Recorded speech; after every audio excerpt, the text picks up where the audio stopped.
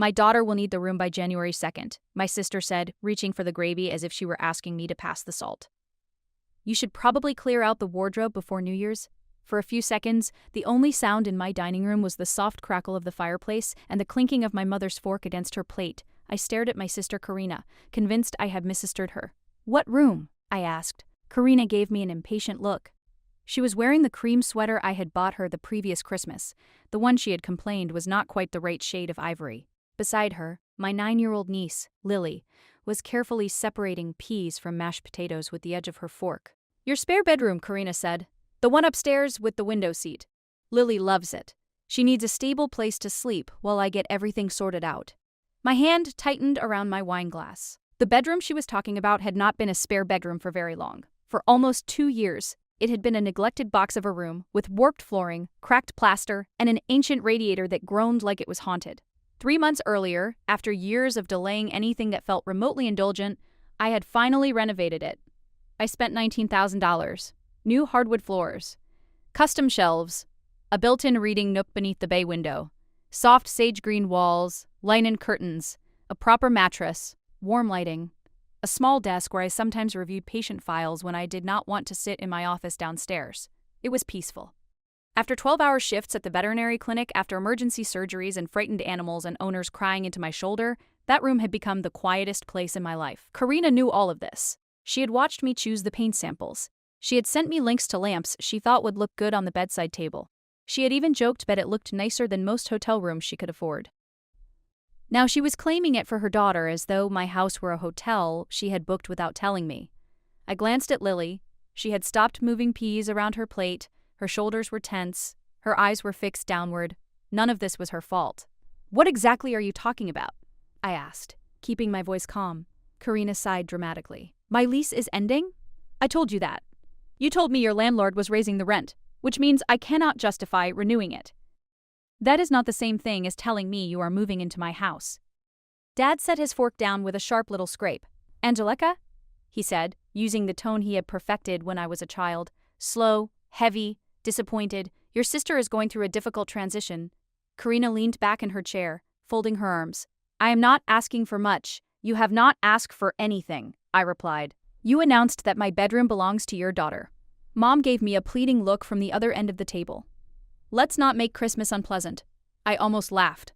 The dining room smelled like roasted turkey, cinnamon candles, and the expensive pine garland Mom had insisted I buy because my old decorations were a little sad. I had worked until nearly midnight the previous evening after an emergency surgery on a Labrador that swallowed part of a plastic toy. Then I had woken up at 6 to start cooking for everyone. Karina arrived 40 minutes late with Lily and an empty container because she wanted leftovers. Dad brought wine he knew I did not drink. Mom criticized my tablecloth before taking off her coat, and somehow 5 minutes into dinner, I was the one threatening to make Christmas unpleasant. How long are you planning to stay? I asked. Karina shrugged. I do not know. A few months. Maybe longer. The housing market is ridiculous. And where will you sleep? Another pause. Karina looked at Dad. Dad cleared his throat. Well, he said, obviously Lily needs the renovated bedroom. She needs stability. Karina can take your room temporarily. I blinked. My bedroom? You have a perfectly good couch downstairs, Dad said. It pulls out, does it not? For one strange suspended moment, I could hear every sound in the room with unnatural clarity. The clock ticking on the wall, the wind brushing against the windows, the faint hum of the refrigerator in the kitchen, Lily's small intake of breath. I looked around the table at the 3 adults waiting for me to agree that the logical solution to my sister's financial problems was for me to surrender my entire house room by room until I was sleeping on a pull-out couch in my own living room. Dad's expression was firm. Mom's was anxious but hopeful. Karina's was almost bored. They truly believed I would say yes. That was the worst part. Not the entitlement, not even the assumption. The certainty. They had spent years training me to be reasonable, generous, and accommodating. They had learned that I would complain quietly, lose sleep privately, and eventually do whatever made everyone else's life easier. They did not realize that something inside me had finally gone silent. I lifted my wine glass, took a small sip, and nodded. All right, I said. Karina's shoulders relaxed immediately. Thank you, Mom whispered. Dad picked up his fork again, as if the matter had been settled appropriately. Karina smiled and turned to Lily. See, I told you Aunt Angelica would understand. Lily did not smile back. I finished dinner, served dessert, wrapped leftovers, loaded the dishwasher, and kissed my parents goodbye at the door. Karina lingered behind them, scrolling through her phone while Lily zipped up her coat. "I will bring some boxes over next weekend," she said. "You should move your medical paperwork out of the desk. Lily will need space for homework." I leaned against the doorframe. "What about your furniture?" "I will sell most of it. There is no point paying for storage." "And your boyfriend?" Her eyes flickered. "What about him? Is Marcus moving in too?" Karina rolled her eyes. "Not immediately. Maybe later, depending on how things go. We have not discussed it properly." Of course they had not. Karina was 34 years old. She had always treated planning as something other people did on her behalf. She drifted from emergency to emergency, each one somehow landing in my lap, wrapped in the language of family obligation. When she lost her job at a boutique fitness studio 3 years earlier, I covered her rent for 4 months. When she needed a deposit for a new apartment after separating from Lily's father, I transferred $3,200 without hesitation. When Lily's school organized a week-long science camp Karina could not afford, I paid for that too because Lily deserved to go. When Karina's car needed repairs, when her electricity bill was overdue, when she wanted to take an online marketing course she never finished, she called me. Sometimes she asked sweetly, sometimes she cried, sometimes Mom called first to prepare me. The money always left my account, it rarely came back. I loved my niece. That was the lever they used most often. You do not want Lily to suffer because of adult problems, do you? No, I did not. But somewhere along the way, preventing Lily from suffering had become indistinguishable from preventing Karina from facing the consequences of her own choices. That night, after everyone left, I walked upstairs and stood in the doorway of the renovated bedroom. Moonlight spilled across the oak floor. The linen curtains shifted slightly above the radiator. A book I had been reading sat open on the window seat beside a folded blanket. I remembered the week the contractors finished. I had come home after losing an elderly golden retriever during surgery. I knew the dog was unlikely to survive when the owner brought him in, but I had tried anyway. Afterward, I sat alone in that room with my shoes still on and cried until the sky turned dark. It was not just a spare bedroom. It was the first thing I had ever created entirely for myself. No practical justification, no family emergency, no guilt attached. I sat down on the window seat, opened my laptop, and stared at the screen. Then I called Naomi. She answered on the 4th ring, her voice thick with sleep. "Is everything okay? Do you have an emergency?" Naomi had been my friend since university. She was also the real estate agent who helped me buy the house 6 years earlier. "I want to sell," I said. There was a pause. "Sell what?" "My house." Another pause. "Your house?" "Yes." "At 11:45 on Christmas night?" "Yes." Naomi woke up quickly after that. "Are you serious?" "Completely." "What happened?" "My family decided to move into it." She let out a long breath. "Without asking you, they asked after deciding. Did you say no?" I nodded. "Angelica, I am done arguing with people who believe my answer is negotiable." Naomi was silent for a moment. Then her voice became businesslike. "All right. The neighborhood is hot. Your renovations will help. You have good equity. Are you thinking standard listing timeline?" "No. What are you thinking?" "Cash buyers only, as is sale. Fast closing, 14 days. That will reduce your pool." "I know. You may leave money on the table." "I know. Do you have somewhere to go?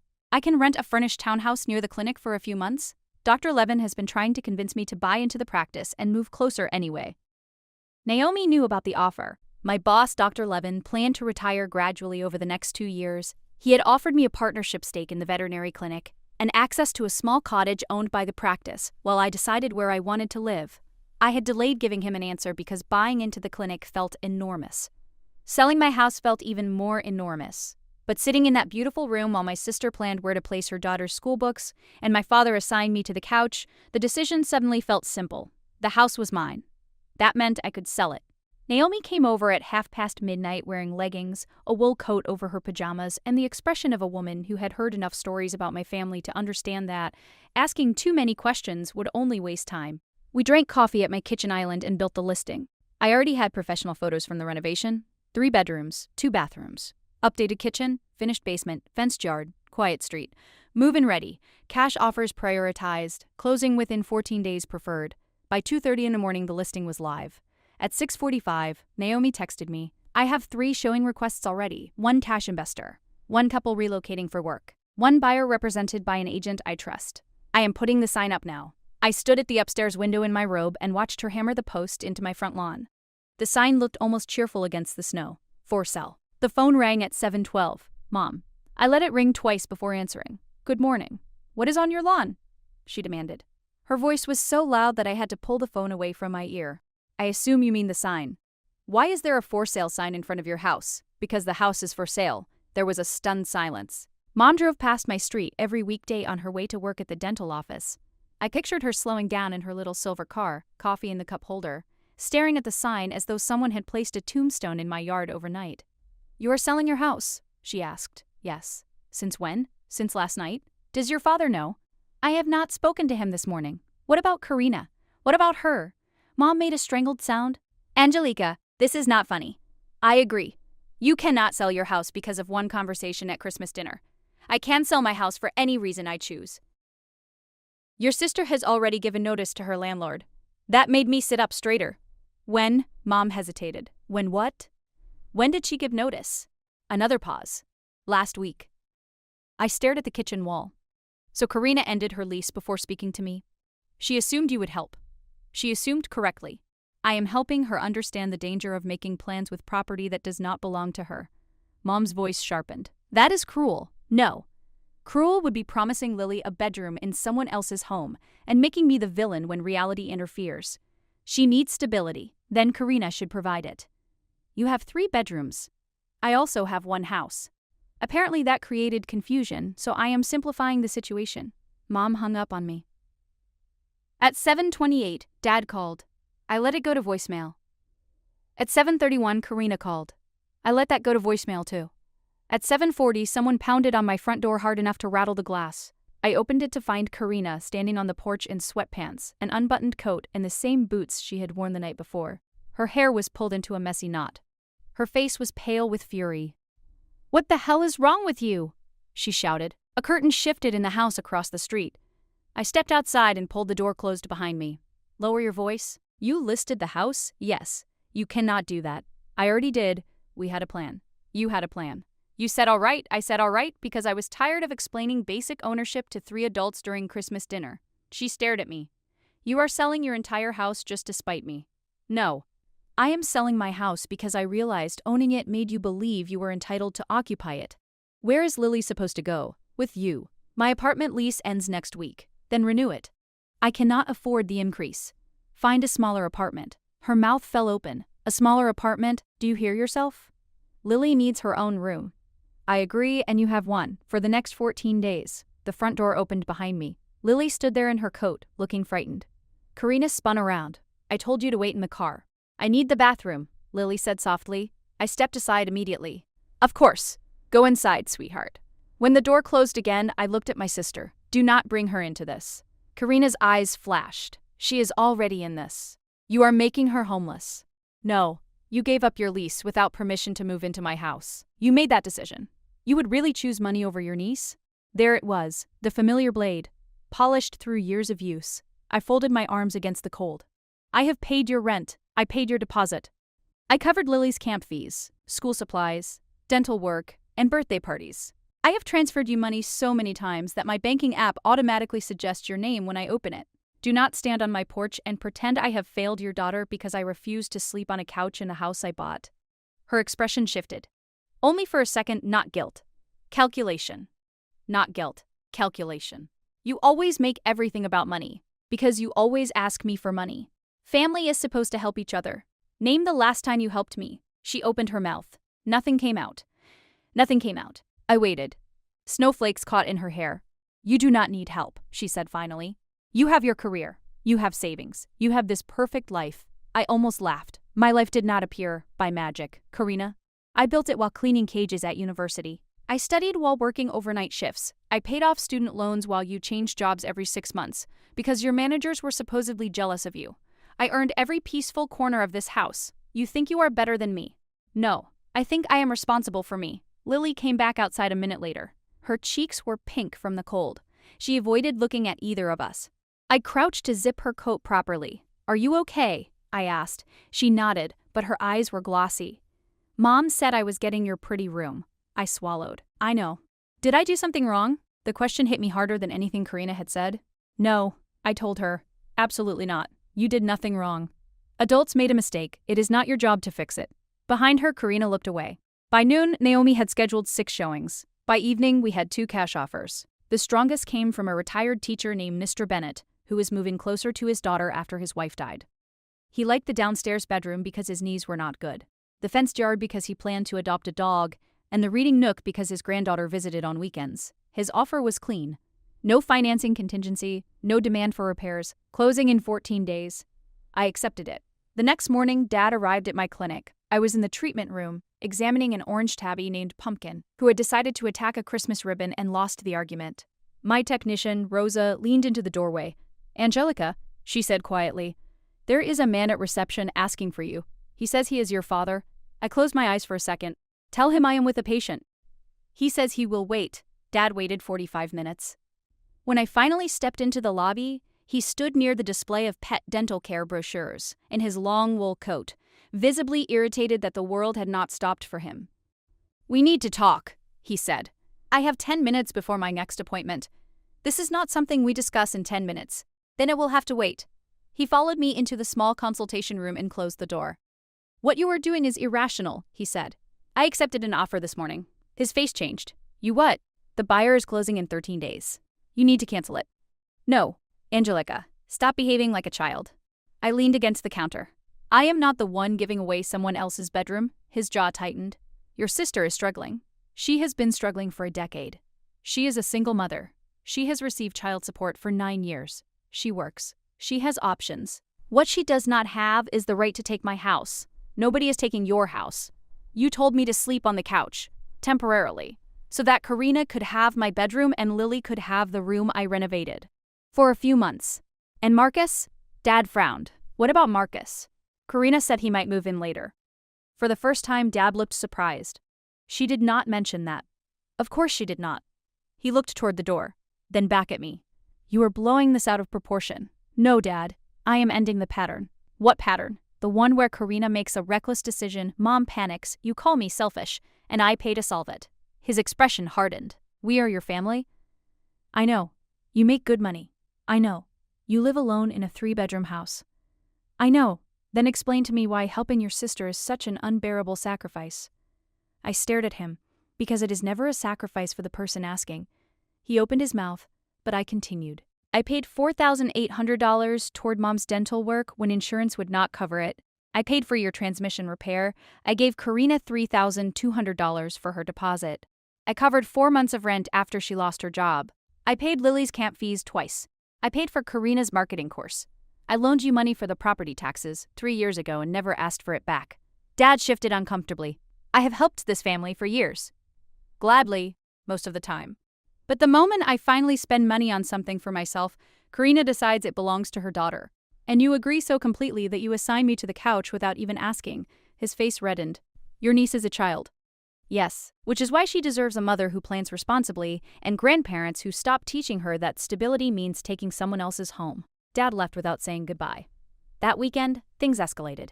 Karina posted a vague message on social media about how some people value property more than family and how difficult it was to explain adult cruelty to an innocent child.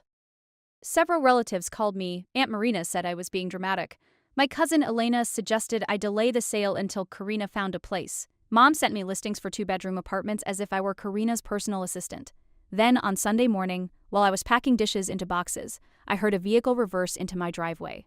I looked through the window. Karina had arrived with a rented van. Marcus was with her. So were Mom and Dad. For a moment, I simply stood there holding a stack of plates wrapped in newspaper, unable to believe what I was seeing. Marcus opened the back of the van. Inside were boxes. A mattress, Lily's pink desk chair, 2 large suitcases. I walked outside without putting on a coat. "What are you doing?" Karina slammed the passenger door. "Moving my things in before you do something even more irresponsible. The house is under contract. Then cancel it." "No." Marcus rubbed his hands together against the cold. "Look, Angelica, everyone is emotional. Maybe we can talk inside. You are not entering my house." His eyebrows rose. "Seriously?" Dad stepped forward. "Enough. This has gone too far." "I agree." Mom looked exhausted. "Angelica, please." "Karina has nowhere else to go. She has an apartment until the end of the month. She cannot afford the renewal," Mom said. "Then she needs to find something she can afford." Karina pointed toward the van. "We already paid for this rental." That was another poor decision. Her face twisted. "You cold, selfish." "Do not finish that sentence," I said. Something in my voice made her stop. I walked to the keypad beside the garage and entered the new code. Naomi had suggested I set after the listing went live.